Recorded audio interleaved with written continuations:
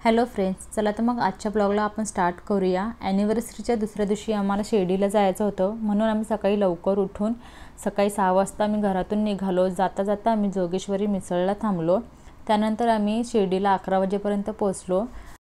लवकर दर्शन मिळावं म्हणून आम्ही पटकन अशी घाई करत होतो, पण नेमके आम्ही गाभाऱ्यात गेलो आणि आरतीसाठी लाईन बंद झाली। मग 11:30 ते 12:30 आम्हाला लाईनीत थांबावं लागलं। साईबाबांची आम्हाला मस्त अशी आरती मिळाली, खूप प्रसन्न असं वाटलं। त्यानंतर 1 वाजेपर्यंत आम्ही दर्शन घेऊन बाहेर आलो, आजूबाजूचा परिसर फिरलो। मोबाईल आतमध्ये अलाउड नसल्यामुळे मला आतलं काही शूट करता आलं नाही। बाहेर आल्यानंतर आम्ही छान असं द्वारकामाई आणि चावडी फिरलो। इथे बघण्यासारखे खूप छान छान असे कलेक्शन होते, देवघरातील सामान म्हणा किंवा खेळणी, हार वगैरे खूप छान असं कलेक्शन होतं। बाहेर आल्यानंतर थोडंसं फोटोशूट केला, थोडा वेळ आम्ही बसलो। एवढा वेळ लाईनमध्ये उभा राहून मुलं खूप कंटाळली होती, म्हणून आम्ही एका ठिकाणी बसून असं थोडा वेळ मुलांना खेळायला दिला।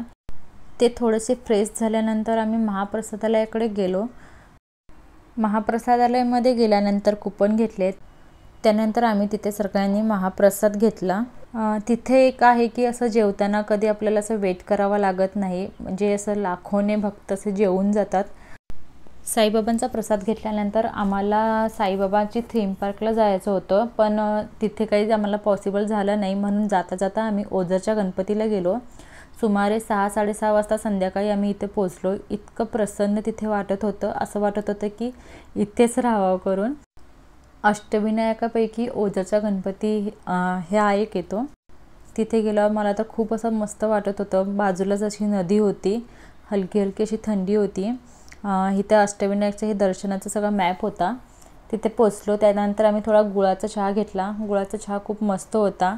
आजूबाजूचा परिसर पण खूप स्वच्छ असा ठेवलेला होता। लहान मुलांची खेळणी होती, खूप छान छान अशी खेळणी होती। त्यानंतर तिथे भक्तनिवास पण आहेत, म्हणजे इथे आपण येऊन स्टे करू शकतो। बरेचसे ट्रिप आले होते तिकडे। आम्ही गेलो त्या दिवशी स्पेशली स्कूलच्या ट्रिप तिथे खूप आल्या होत्या। त्यानंतर आम्ही छान असं दर्शन घेतलं।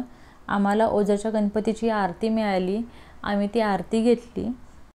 तिथलं वातावरण इतकं छान होतं की खूप प्रसन्न असं वाटत होतं। मला तसं घरी जायची अजिबात इच्छा होत नव्हती। तिथेच आवारात असलेल्या श्री राम मंदिर आणि हनुमान मंदिराचे आम्ही दर्शन घेतले। ओझरच्या गणपतीला पण महाप्रसाद असतो, 40 रुपये कुपन आहे। वेळ 7:30 ते 10 वाजेपर्यंत असते। आज दोन्ही देवांची आरती मिळाल्यामुळे खूप छान असं वाटलं। आरती वगैरे झाल्यानंतर मुलं गाडीमध्ये बसून थोडी कंटाळली होती, म्हणून ओझरच्या गणपतीच्याच आवारात गार्डन असल्यामुळे आम्ही तिथे गार्डनमध्ये मुलांना घेऊन गेलो। तिथे स्कूलची ट्रिप आली होती, त्यांचं फोटो सेशन चालू होतं। श्री आणि छकुलीने पण आजचा दिवस खूप असं एन्जॉय केला। अशा प्रकारे आजची ट्रिप आम्ही खूप एन्जॉय केली। तर चला तर मग आजचा ब्लॉग मी इथेच एंड करते। चलो तो बाय।